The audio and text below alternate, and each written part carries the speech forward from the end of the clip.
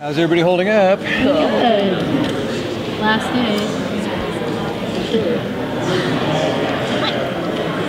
This is going to be one of those hideous camera angles. These are no good way to think this. Sorry.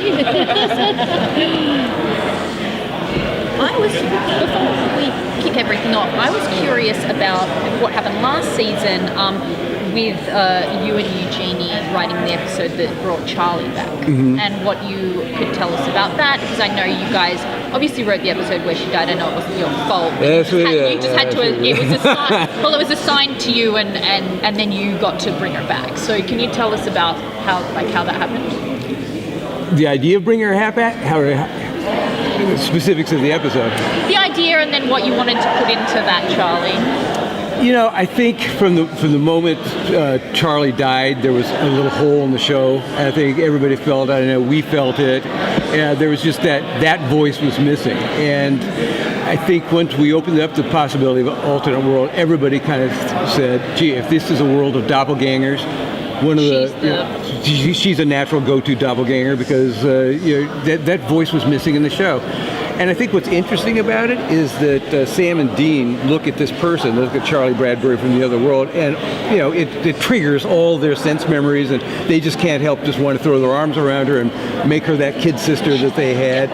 And she's like, I don't really know you guys, because there was no Sam and Dean in that world. Yeah, absolutely. So it's an interesting place to start building a relationship from. And now that they've come through the door, and their ostensible enemy, Michael, came through the door also, there's no reason for them to go back immediately. Yeah. Because the enemy is here. Yeah. So she is going to be here for the duration, and they've got a relationship to build. So how she fits into the team has all got to be worked out, and she does. She becomes part of it and has her own cases that she's going to go out on. And it not only adds back a really wonderful character, but it's a cool way to open up the storytelling. There's now more people than just Sam and Dean on the case. Yeah. You guys hit 300 episodes this season. Yes. So can you tell us anything about what's going on? I know it's going to be one of those really interesting episodes that we attempt now and then, and so far I think they've come off really well. So this could be either great or just a horrible disaster, and we'll go into hiding. But it's going to be interesting. It's going to be its own thing, and I think we hit it. I think it's episode 13. I think is the 300th. Yeah. So I think if it comes off, it'll be very cool. So with Dean being possessed, will it be a wild card scene as a monster? Do we get they are going to start coming in. They're relatively early in the season, but and I think this is going to be true of the storytelling this season in general, is that the myth arc is going to be represented even in the standalones. The standalones are really not going to be pure standalones anymore, especially with the collapsed season. Especially, you're going to see that. Because there's so many things going on at the outset of the season, those have to be kept alive, even if there's a monster. So the monster aspects are going to probably be married a little bit to the myth arc. Do you have any favorite type of monster to write about? I love the angel-demon thing, because I think the politics of the angels in heaven and hell are so interesting. Lucifer is just one of my favorites. Because I think he's so complicated and interesting. I don't think this is somebody who gets up in the morning saying, how can I do evil today? I think he actually has a point of view. If you were to sit him down, he would explain to you how he's misunderstood, and he really is trying to accomplish a good thing. So I think Lucifer is probably always one of my favorites to write, and and who knows what's going to happen with Lucifer this year. How does it feel from having 20 episodes instead of 23? Like, as you're sort of thinking about the way the season and the arcs are going to play out, does it feel like it makes a difference?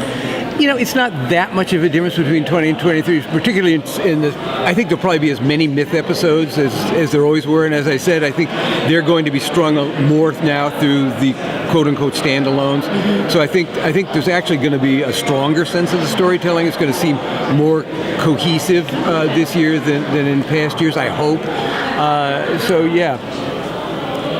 there any new characters or Well, there's going to be new versions of characters in that we've got Bobby and Charlie coming from the alternate world. Rowena is going to come back and be a strong part of the season. And there is somebody lurking in the horizon who I think is going to be a very interesting character to explore that will resurface very, very soon. It will surface soon in the season, but I think it's following that story is going to be very interesting. I have a question about Michael and Dean in terms of what you have put together so far.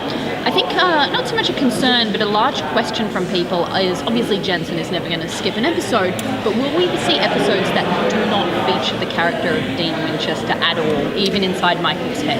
It's not going to. We're not going to go too deep in the season with Dean not being Dean. Yeah. And so, first of all, you get to see Dean physically on screen. Yes. But once Dean is Dean, then he may or may not stay Dean. So So you just never know. But we're not going to go too long without Dean Winchester. Yeah. No, I was more curious if we'd be seeing episodes where Michael is the only character Jensen's playing, or if we'll see Dean inside Michael's head, the way we saw Cass inside Lucifer's head. Right. No, there absolutely will be characters where you don't see Dean. Episodes where we do not see Dean. No, we're just seeing Michael. Interesting. And find out later that Dean was witness to a lot of these horrible things. Yes. Yeah, and is traumatized by flashbacks of what happened. Wow. Because that's a terrible burden to be helpless inside your own body, doing really awful things that you only remember fragments of. So you talked a little bit about Rowena being back. Yes. Excited about that. Can you tell us how she's going to play into the new season? I can't fully because it plays into. It's a very strong part of a storyline that has yet to surface. But she becomes a very integral part of this piece of story that's going to come down the road, not all that far into the season.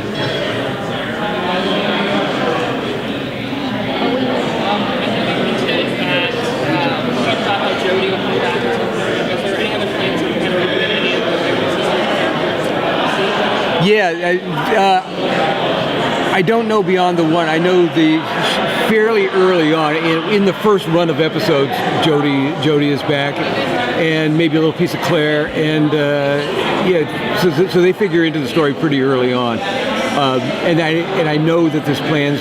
Well, I know there's plans for another character from the show that comes up pretty quickly. So you're going to see pieces of that throughout the season.